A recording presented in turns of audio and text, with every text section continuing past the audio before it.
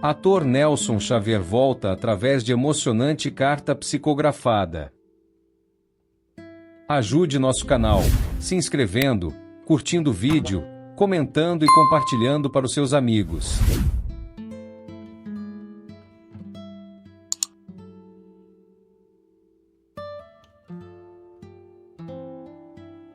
Com profunda emoção e um amor, venho ao encontro de meus queridos irmãos para mais uma comunicação.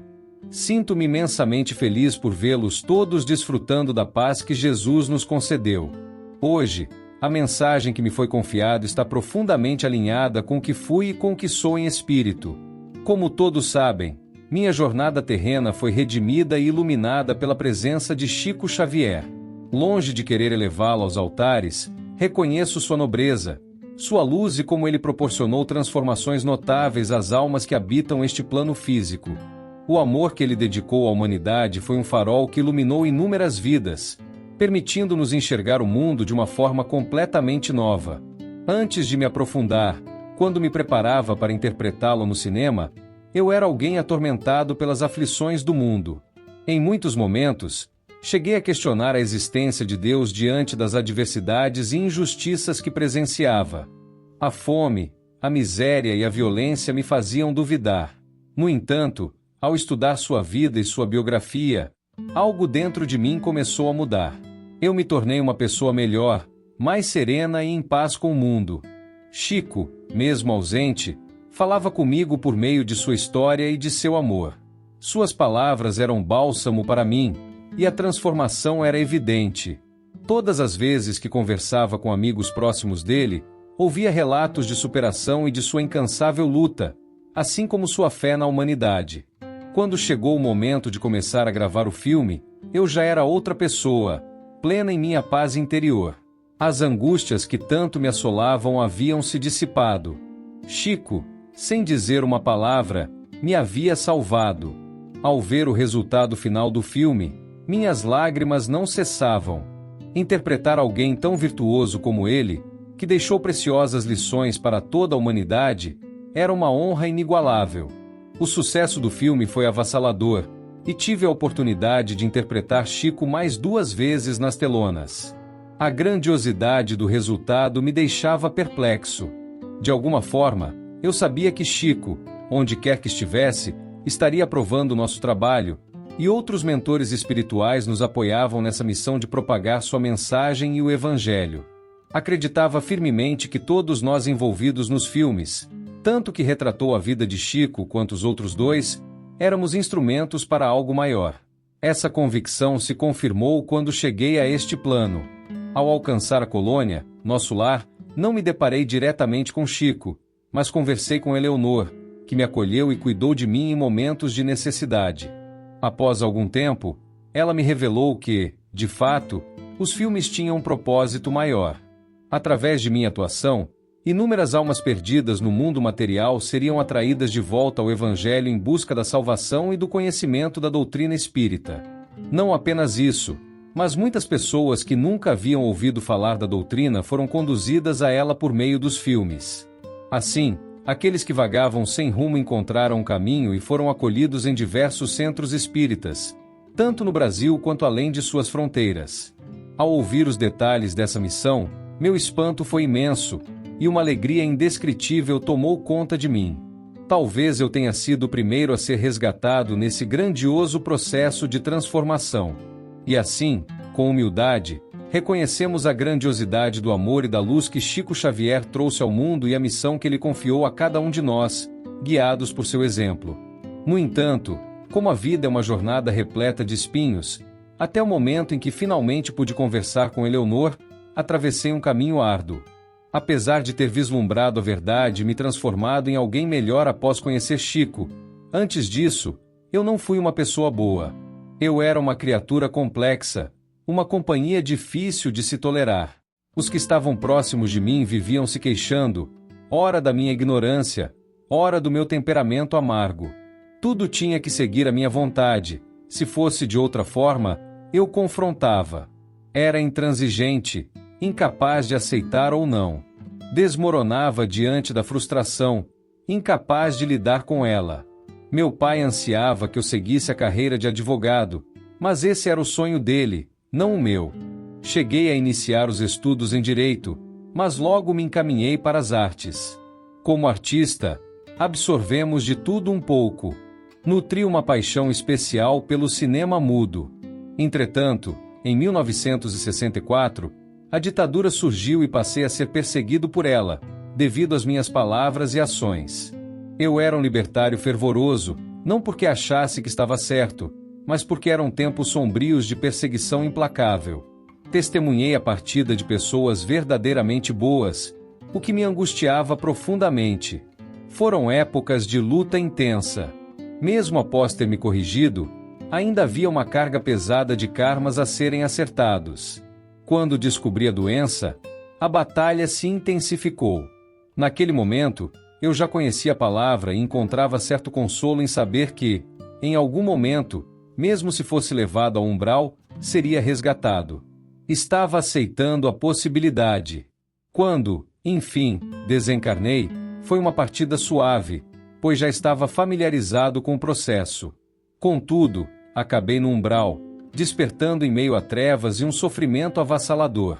Ali, testemunhei inúmeras cenas, almas em tormento, talvez incapazes de se redimir em vida ou de contemplar o Evangelho. Mesmo imerso nesse cenário, um conforto interno sussurrava que aquilo era passageiro.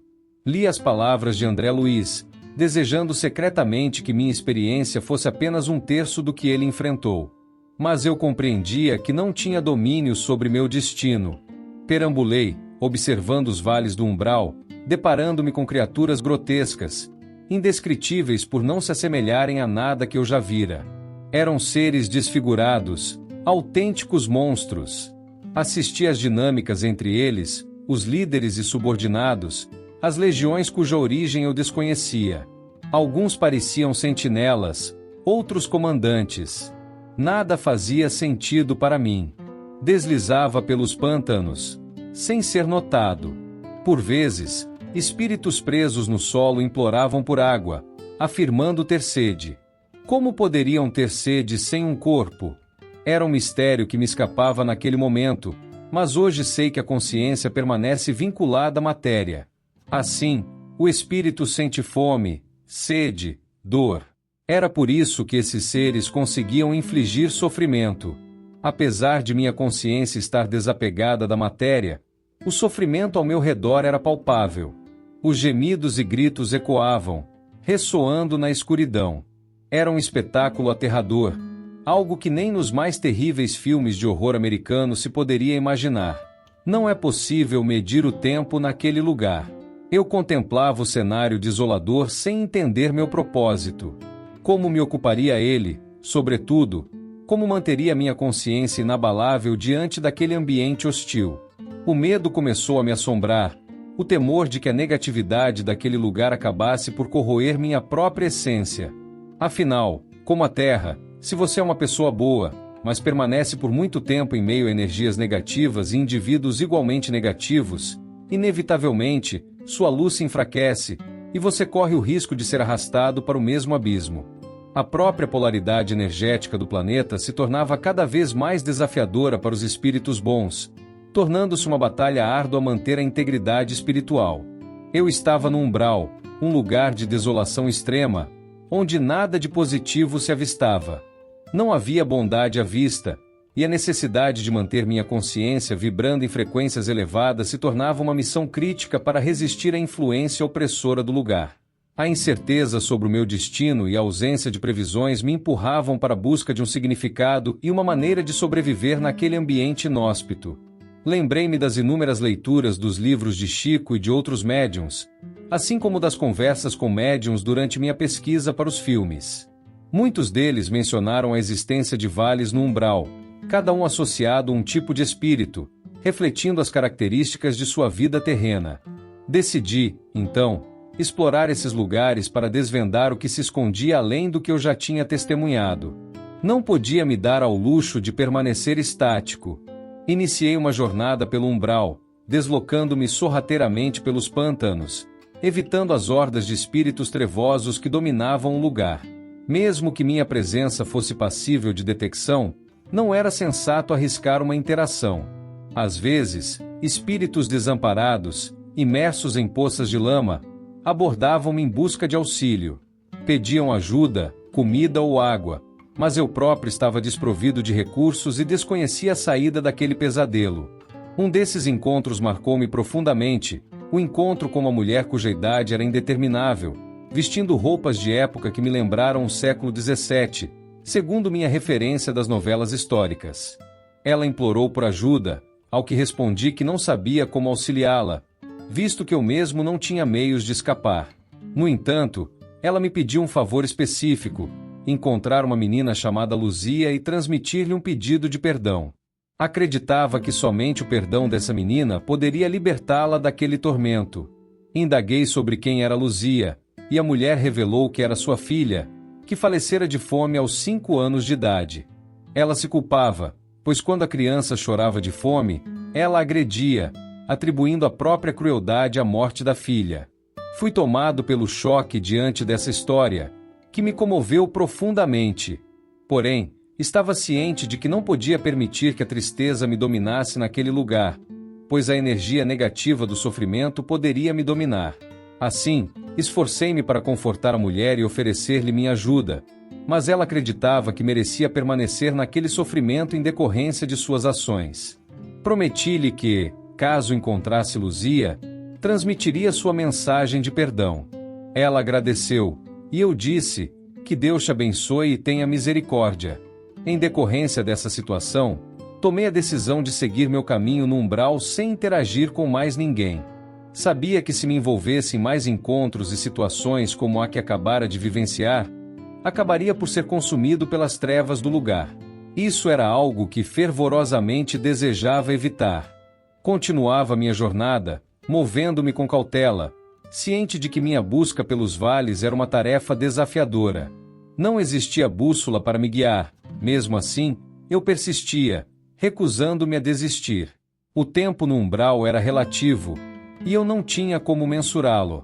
Em certo momento, divisei à distância alguns espíritos trajando vestes brancas e carregando uma maca.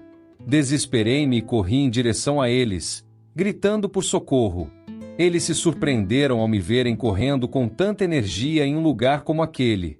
Abordei um deles e pedi ajuda, explicando minha situação.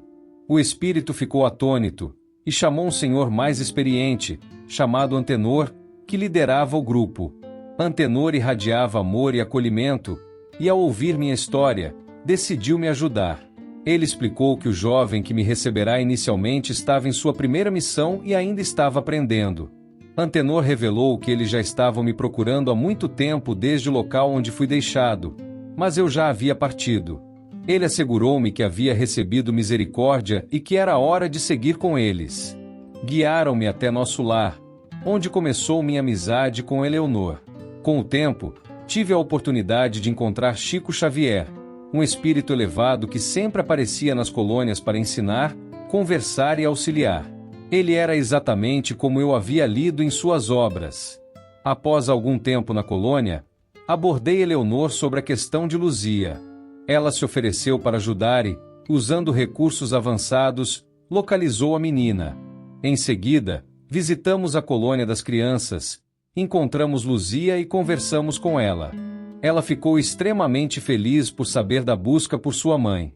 Com a ajuda de espíritos encarregados do resgate, partiram para buscar a mãe de Luzia. Infelizmente, não pude acompanhá-los devido à minha falta de preparo, mas soube que o resgate foi bem sucedido e ambas retornaram à colônia. Hoje, dedico-me aos estudos e à aprendizagem da doutrina espírita. Talvez, no futuro, eu reencarne com a missão de atuar no resgate no umbral, uma das tarefas permitidas a mim. Também compartilho psicografias com os médiuns que trabalham comigo para difundir os ensinamentos adquiridos.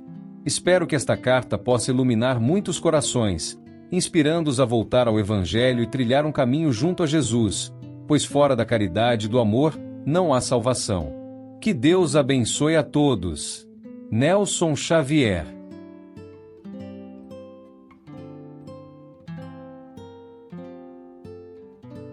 Se você gostou de nosso vídeo, não se esqueça de se inscrever, curtir o vídeo, comentar e compartilhar para os seus amigos.